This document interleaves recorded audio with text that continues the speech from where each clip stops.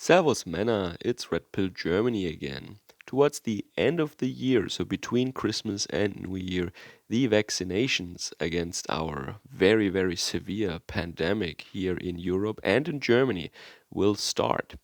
In this video, I want to go over some of the main aspects or that I think are important.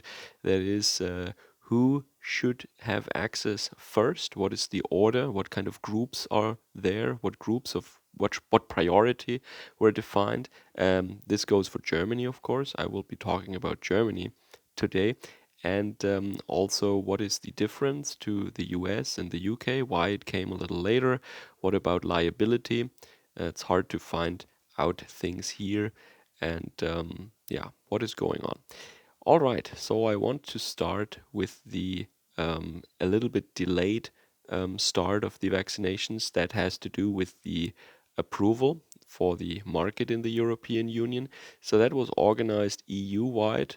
The different EU member states didn't negotiate for themselves. It was more the European Union that did that. So they negotiate with the manufacturer, they negotiate prices and terms, and also the liability question and all these things. So the UK could introduce the vaccine earlier because they're not really under the umbrella of the EU anymore in 2020. And the United States and the United Kingdom, they gave liability waivers to the pharmaceutical companies. That means if there are adverse side effects or something goes wrong and people sue, well, they can't sue them in this way. Yeah? And one of the reasons why it took a little longer in the EU is that they looked more carefully at the data. This is what I read at least. And also they were negotiating about the liability. However, it's really hard to find out about this, what liability rules there are in Germany and the EU.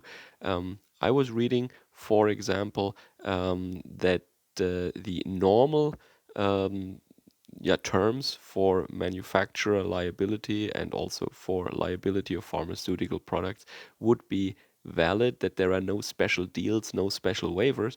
But since the state gave a recommendation to people to get vaccinated, now I think the taxpayer in the end is responsible. So the states and so in Germany that means the state governments and the federal government, that they would be liable then because they gave a recommendation. And also I can understand that from the perspective of the manufacturer, the governments were urging them to come up with something, and then they did. And of course the normal testing is more than 10 years normally for vaccines.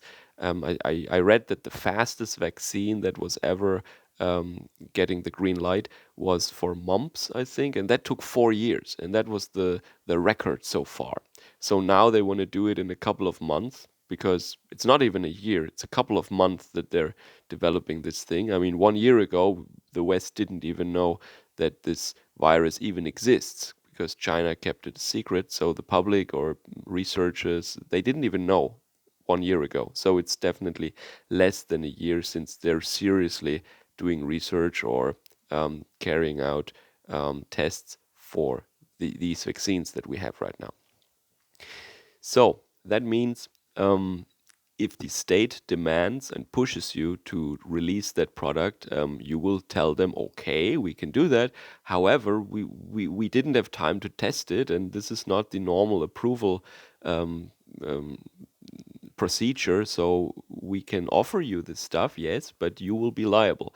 And I'm sure that this is what will happen in the EU anyway. And I read in a newspaper now that since the state gave the recommendation, that means that liability is also transferred. So I'm not a legal expert. This is what I read in a public news outlet, in Germany. I read that there, so don't quote me on this. Do your own research, but And once again, I researched very long to find out what this liability question is all about and how this is handled in Germany. And it's really hard to find information. So I was happy that I found at least one little paragraph on that, and this is what it said. So no special waivers, but since a recommendation was there, the state will be responsible anyway. I don't know if that's true. That's what I read. I will leave it at that. Okay. So in Germany, there are many vaccination centers being built right now. So the communities and the cities, they are making sure that there is some space available. Like they will turn gymnasiums or gyms into vaccination centers, or other public buildings will be used probably. And but the highest priority group, they will receive vaccinations with mobile vaccination units. That means you don't come to the vaccine comes to you. And the general list of prioritization, priorities, and what groups is the following, roughly speaking. So there is a huge list, a huge table, and there are basically three categories of higher priority. Yeah, one, two, three, and then there is a fourth group that is not on the table, that is everyone else. So first, the age is important. So people over 80, they're in priority group number one, I think. And then 70 to 80 is two, and then 60 to 70 is three, and then people below 60 will be everyone else. Then, in addition to that, there are of course some special groups, like frontline workers. And this is people who have daily contact, close contact to patients, for example. If you are working in a hospital as a nurse, or if you are caring for very old people, it doesn't make sense to prioritize 85-year-olds, but not people who work closely with those 85-year-olds, right? And then in the lower priority groups will be yeah, system relevant workers like law enforcement and teachers also, because teachers, well, they don't have contact to very old people but very young people, but they have contact to a lot of people in a close room, like a classroom environment. So teachers are also somewhere there, so they're not with everyone else but also in those. I think it's the second or the third priority list. Okay. And the first priority list, so really old people and people who have daily or close contact with patients, they are 8.6 million people in Germany alone. So, and now we have only hundreds of thousands of doses. So you can imagine that even that group will not be vaccinated overnight. And the table, or how should I say that, the plan, the schedule is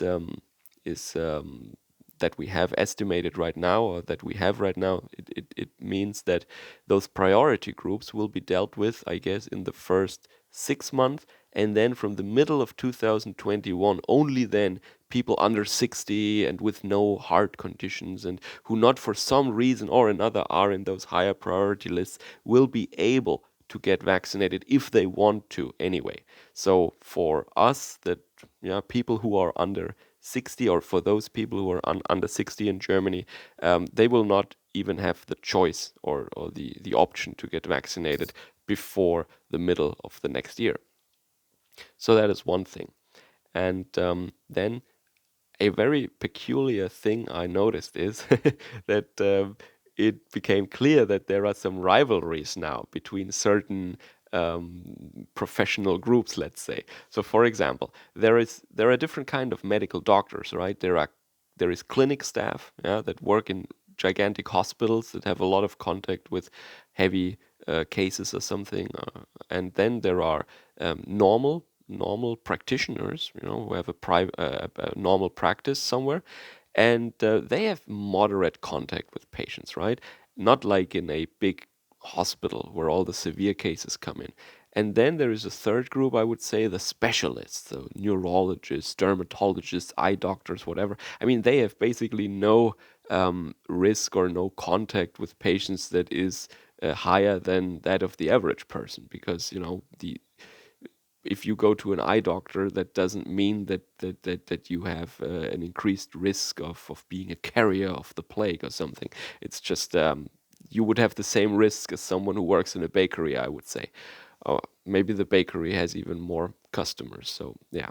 Yeah. And then it was so cute to see how these different professional groups, they start arguing about who should be higher in priority. And I found that so cute. For example, the private practitioners, the medical doctors who have normal practices, right? Not hospital doctors. They said, "Oh, why are we in a lower priority than people who clean hospitals, right? Because we are doctors, we should be higher in priority." Well, then there was some kind of a professional association spokesperson of the people who like cleaning staff, right? And they said, well, we make sure that hygiene standards and general hygiene is maintained in hospitals. We do all the disinfecting of surfaces and of um, even of the not just the normal areas, but even yeah, ICUs or something, or um, hospital rooms and something like that. So we have maybe not close contact to people like nurses, but we clean all the beds and the surfaces and the floors and the doorknobs and all that stuff. So that is also important, right? This is also a pathway for infection. So of course we have a higher priority because we are at the front line. We might not have a medical degree, but we are also at risk, and we can also pass on this thing and we can catch it. So yeah, I just found it cute how these medical doctors that have nothing, yeah, that have no special exposure to the virus, they complain that they are prioritized lower, and that, oh, we have medical degrees, we should be more important to society. And this is interesting, I guess, because they saw that prioritization list, this list of priorities, they saw it as a measure of how valuable you are to society, of how, and I think doctors are very spoiled when it comes to this question, like how valuable are you, how appreciated are you, um, uh, there is a little bit of narcissism going on with the profession of medical doctor, I think. It cannot be denied that they are important for society, but I think they have to be told at least 3 times a day that they are very important, and we couldn't do without them, and they always have the top priority in everything. If you don't tell them at least 3 times a day, I think they get a little bit cranky. And if they are at the same or even at a lower priority than than cleaning staff, I think they become really cranky and they throw a little tantrum. Yeah, okay. So this is as far as it goes for this presentation today, I would say. So to sum up, we have a schedule now in Germany, and the vaccinations actually start. It starts according to the prioritization that has been made, and that goes by age, but also by your profession or some medical condition that you might have. The question of liability, I don't really know if I can give a definite answer, but it seems like there are no special waivers like in the US and the UK, liability waivers for the pharmaceutical companies. But maybe the reason for that is that our law gives them that waiver anyway if the state recommends something. And, I'm not a legal expert, I don't have in depth knowledge, I don't know how this is usually handled. I just read that. So, don't quote me on that one. I don't want to say it is like that, and I found very little information. I looked for a very long time. I couldn't find a lot of information about how this is handled in Germany or the European Union. So if you know more, please let me know in the comments down below. Um, Other than that, I can say, well, this is of course rushed. This is a lot of efforts are being made. Like they construct these local centers, and they have even these mobile units that come to your house if you're very old and cannot come to the center. So um, it costs a lot of money. It's a very large, very big effort that is being made, and I really wonder if this is justified, given the mortality numbers that I see in Germany. I'm still gathering data on that, but at the moment it seems that there is no excess mortality in Germany compared to other years. There is even very, very little excess mortality, if at all, um, in on the average in Germany during these calendar weeks right now towards the end of the year. So there are two concepts of excess mortality, I would say. There is a weekly excess mortality, which means that in this calendar week more people have died than in on the average in previous years. And then there is the overall excess during the year, because the first excess mortality, it basically tells you when the heat wave in summer and when the big diseases hit. But you have to compare the entire year if you want to find out if 2020 was worse than 2019, for example.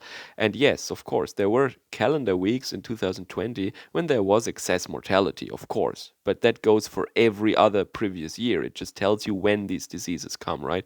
But if you want to compare diseases like the flu of 2018 to the big pandemic of 2020, then you have to compare the entire year. And in this category, it looks like there is nothing really going on in Germany. There is no excess mortality that or no mortality, overall net mortality in the year that would go above what we had previously. Yeah, so I don't really understand that. Um, how you can make such a big deal out of that when there are not more people dying than usual. And the people who are dying are very old, and that is, as I said, very often in Central Europe, especially, that is the normal case, that in winter during the cold months there are very old, very fragile people with bad immune systems. They are dying from some disease or another. It could be influenza, it could be a cold, it could be this thing now. It's just normal, very normal. All right, so give me your comments down below, what you have to think about that, and I will keep you posted, of course. Servus, Kameraden.